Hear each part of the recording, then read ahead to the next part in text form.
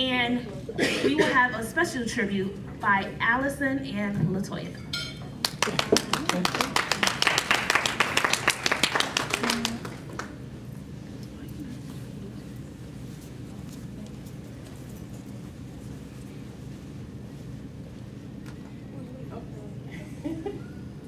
Good afternoon, everybody. Hello. My name is Allison McMeans. And my name is Latoya Bosworth. We're here to say a few words about Tracy. We're trying, at least for me, I'm trying not to get nervous. It's hard to know what to say about your friend who's so talented and such a good mother and friend, and I'm trying not to look at her and not cry. So, so we just wanted to share some words about her, share some of her poetry. So if you haven't had an opportunity to hear her speak, just to get an idea of what she is all about. So I personally met Tracy about 13 years ago. We both started off doing poetry, and we had just started doing spoken word, both of us, at the same time. And then maybe a period of almost 10 years went by where we didn't see each other. And then I happened to come across her at an event, and I was blown away at how much she had grown as an artist. And she had developed into this powerful warrior with her words. And I was just like, wow. And every time I see her perform to this day, no matter what it is, I'm still wow. And I'm probably like one of her biggest fans, but a lot of people claim to be her biggest fans, so I can't take that away from them as well.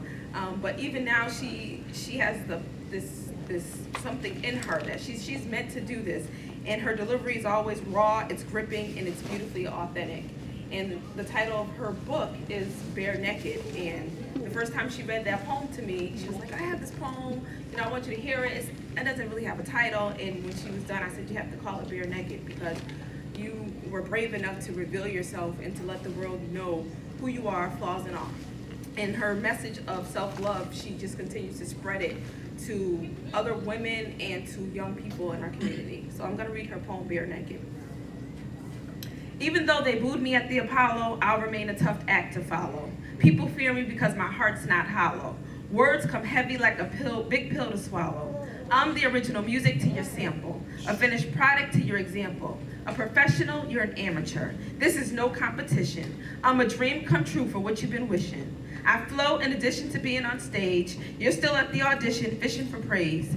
I'm your professor who has the grades. Watch what you say. Things always get back to me, like when you were in the streets trying to act like me, talking about how you could rap like me. Silly rabbit, this is soapbox poetry, not a clown with the beat. Contrary to what you believe, I don't lead an easy life. I maintain while trying not to complain, but even at that, I fail most times. I bleed what I write, whether you like it or not. I have a need to make things right, so I apologize too much. Don't take my kindness as your crutch, cause I'm a beast when it's a must. I lust perfections but fall short, as we all do. Try not to judge, but even I've been guilty of gossip with my crew. Jealousy has seen my door at both sides, and there are people I pray for that I absolutely despise.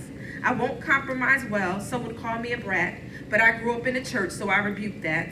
I have a baby daddy drama and problems with my own father. Sometimes I give up when I should try harder.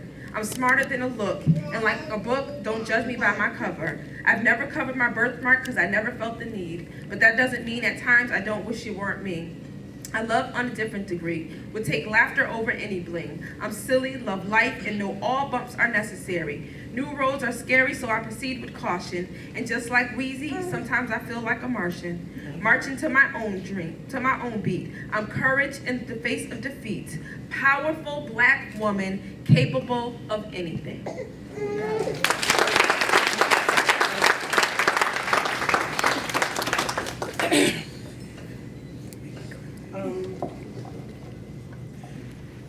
I met Tracy, I guess going on 4 years now. I didn't realize who she was. We were in a performance of For Colored Girls Who Consider Suicide and the Rainbow Is Enough. And I just remember walking into the room, and she was such a presence. And I was very intimidated. Like I said, I didn't know she was a poet, but I knew there was something about her. And she's always pushed me to try a little bit harder. So I wanted to find some quotes to maybe tie in some things about her, some things that kind of explain who she is.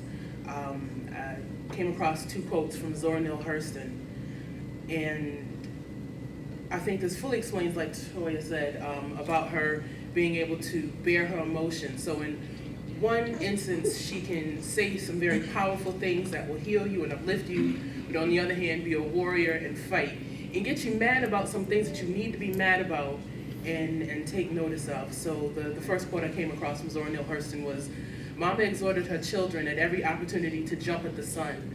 We might not land on the sun, but at least we would get off the ground." The second was, "I have been in sorrow's kitchen and licked out of all the pots. Then I stood on a peaky mountain wrapped in rainbows with a harp and sword in my hands," which I think truly captures something about Tracy. So I would like to read a poem called Kryptonite of hers. It's called Kryptonite, a Single Mother's Anthem.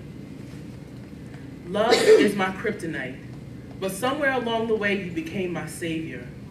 My fortress of refuge, the place I want to run to when the world has kicked me.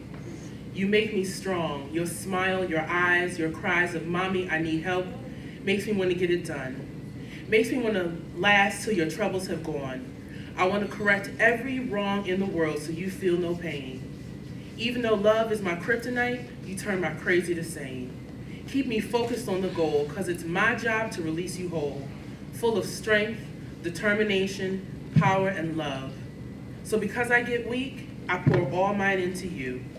I turn you into all the things I can't do, like perfect common sense, competence, radiance, and patience.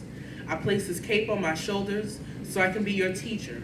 So I lead you so you can be a leader. Even though love is my kryptonite, you've made me a defeater. I found immunity when you came through me. So I love you to infinity and beyond. Beyond the drama of your father, beyond the critics saying I'm wrong, beyond the insults of unsolicited input, beyond the bad days and what it took for us to get here. I'll be there in one leap. I keep you close to my heart because your love is my true source of energy. And without you, I don't know what kind of me I would be. So kryptonite or not, I'll love you till I'm not able to remember life without you, until you're big enough to wear your own cape. But even then, this love won't fade. I'll never trade my position in life just to say I'm someone's wife. And though the trials and strife have been hard, the softness of, "Mommy, I love you," has made me want to keep this job.